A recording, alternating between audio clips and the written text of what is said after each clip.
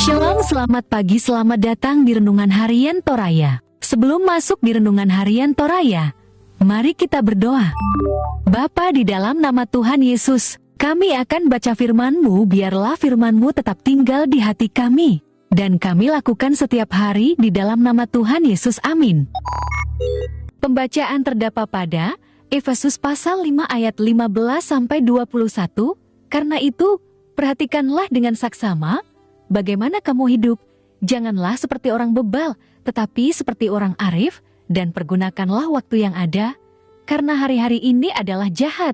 Sebab itu janganlah kamu bodoh, tetapi usahakanlah supaya kamu mengerti kehendak Tuhan. Dan janganlah kamu mabuk oleh anggur, karena anggur menimbulkan hawa nafsu.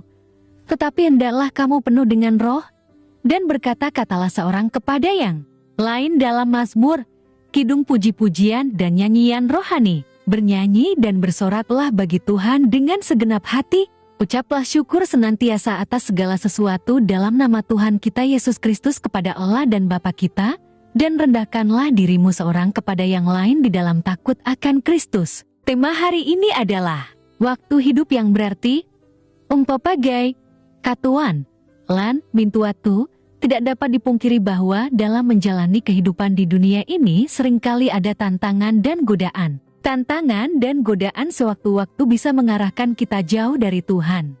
Oleh karena itu, penting memanfaatkan waktu hidup dengan benar, agar kedekatan dengan Tuhan terus kita alami. Bagian firman Tuhan yang kita baca saat ini, Rasul Paulus mengingatkan, pertama, waktu hidup yang terbatas ini hendaknya dijalani dengan bijaksana. Hidup bijaksana yang dimaksudkan adalah hidup yang tidak terjebak pada kesenangan duniawi yang sesaat, ayat 17-18. Karena itu, penting menjalani hidup dengan berhati-hati. Buatlah keputusan yang bijaksana, karena waktu dan kesempatan yang kita miliki sangatlah berharga. Janganlah mudah tergiur dengan kesenangan duniawi. Ayat 15, katakan, karena itu, perhatikanlah dengan saksama, bagaimana kamu hidup.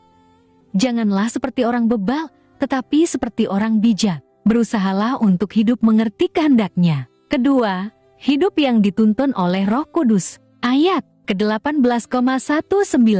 Betapa penting Roh Kudus memimpin dan menguasai hidup kita melalui ketekunan berdoa, memuji dan membaca firman Tuhan, sehingga kita mampu mengendalikan diri kita untuk hidup sesuai kehendak Tuhan.